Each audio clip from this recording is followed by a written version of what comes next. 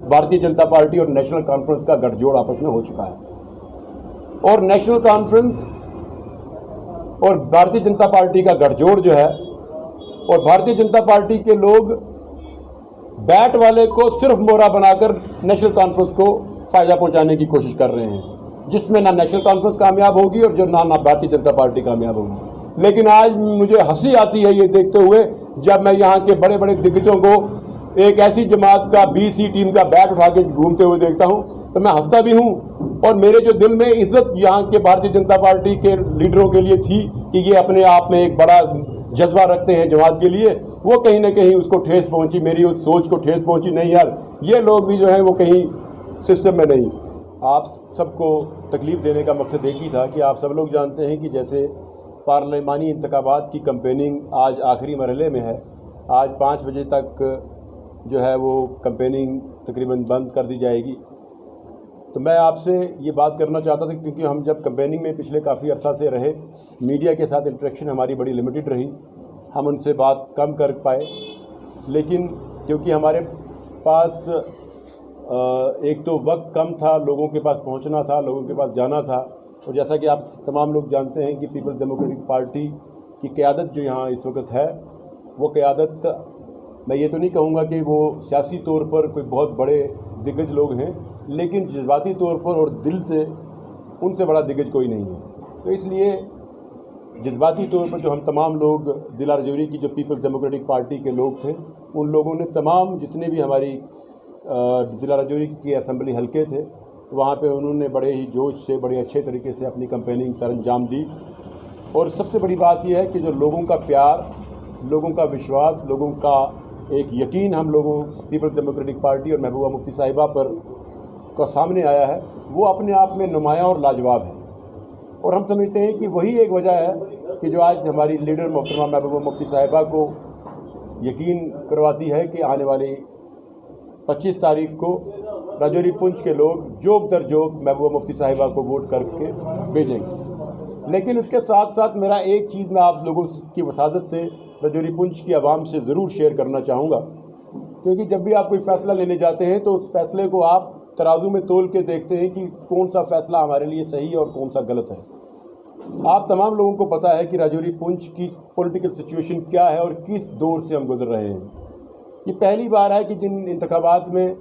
लोगों को जहनी तौर पर इतना प्रेशर दिया गया, लोगों को जहनी तौर पर इतना मफलूज किया गया, लेकिन मैं समझता हूँ कि फिर भी यहाँ के राजौरी पुंछ के रहने वाले लोग इंशाअल्लाह वो अपनी उस पूरी ताकत के साथ, पूरे उस जज्बे के साथ ऐसे कैंडिडेट का चुनाव करेंगे जो राजौरी पुंछ के अवाम की जज्बात की तर्जमानी, उनकी रहनुमाई हिंदुस्तान के सबसे बड़े पार्लियामेंट ऑफ डेमोक्रेसी, जिसको हम टेम्पल ऑफ डेमोक्रेसी कहा जाता है, वहाँ जाके वो करेंगे। इसके साथ साथ मैं आपको ये बताऊं कि आप तमाम लोग जानते हैं कि किस तरह से यहाँ कैंडिडेट्स काम कर रहे हैं। जो सबसे बड़ी बात इस वक्त आपके सामने और लोगों के सामने रखने की है वो ये है कि भारतीय जनता पार्टी ने अपना कोई कैंडिडेट यहाँ से नहीं दिया। पहले ये कहते रहे कैंडिडेट आएगा, कैंडिडेट नहीं आया, लेकिन कैंपेनिंग के दौरान आज जो हमारे सामने सारी तस्वीर खुल के सामने आ रही है वो ये है कि भारतीय जनता पार्टी और नेशनल कॉन्फ्रेंस का गठजोड़ आपस में हो चुका है। और नेशनल कॉन्फ्रेंस और भारतीय जनता पार्टी का गठजोड़ जो है और भारतीय जनता पार्टी के लोग बैट वाले को सिर्फ मोहरा बनाकर नेशनल कॉन्फ्रेंस को फ़ायदा पहुंचाने की कोशिश कर रहे हैं, जिसमें ना नेशनल कॉन्फ्रेंस कामयाब होगी और जो ना भारतीय जनता पार्टी कामयाब होगी। यहाँ के तमाम लोग राजौरी पुंछ के जानते हैं कि बैट किसी खाते में नहीं है। बैट की ज़मानत ज़ब्त राजौरी पुंछ में भी होनी है, बैट की ज़मानत ज़ब्त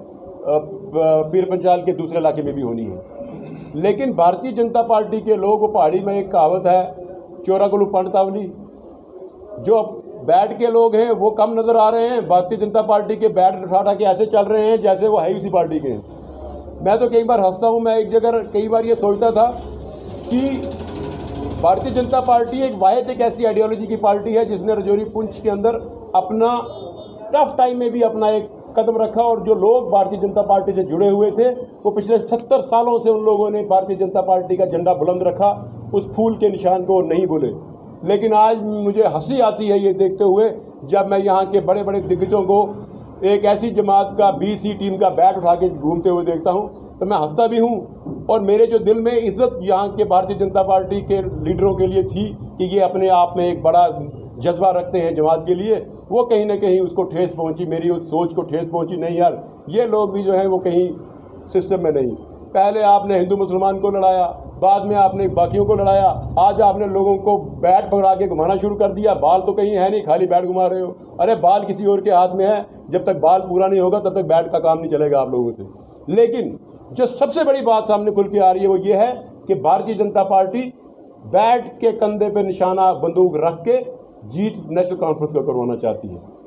और यहाँ के लोग, तमाम लोग समझ चुके हैं और इसका जवाब 25 तारीख को महबूबा मुफ्ती साहिबा जब मैदान में आएंगी, 25 तारीख को खुलकर लोग जब सामने आएंगे, यहाँ का हर शख्स, यहाँ का हर इंसान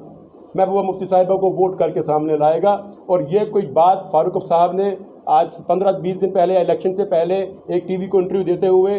कोई गलती से नहीं कही थी उन्होंने कि हमारे लिए सारे ऑप्शन खुले हैं, सारे दरवाजे खुले हैं। इस बात की नींव उन्होंने फारूक साहब ने उस वक्त रख दी थी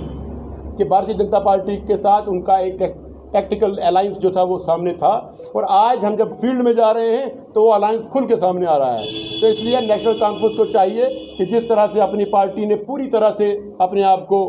भारतीय जनता पार्टी का हिस्सा बना लिया है, नेशनल कॉन्फ्रेंस भी खुल कर सामने आके अब जो नेशनल कॉन्फ्रेंस के भारतीय जनता पार्टी के फूल वाले पट्टे अपने गलों में डाल के वो यहाँ पे नेशनल कॉन्फ्रेंस के लोग घूमें, वो लोगों को बेवकूफ़ मत बनाएं। ये सब टीमें मिल के यहाँ सिर्फ इनकी एक ही सोच और एक ही बात है कि महबूबा मुफ्ती साहिबा वहाँ नहीं जानी चाहिए, क्योंकि वो बोलती हैं। बोलने वाला शख्स गूंगा वहाँ चला जाए, बहरा वहाँ चला जाए, बोलने वाला शख्स जो है पार्लियामेंट में नहीं जाना चाहिए। लेकिन रजौरी पुंछ का रहने वाला हर शख्स, रजौरी पुंछ का रहने वाला हर इंसान, यहाँ की बच्चियाँ, यहाँ की माएँ, यहाँ का हिंदू, यहाँ का मुसलमान, यहाँ का सिख, यहाँ का हर बरादरी का, यहाँ का हमारा ओबीसी के लोग, यहाँ के हमारे रविदास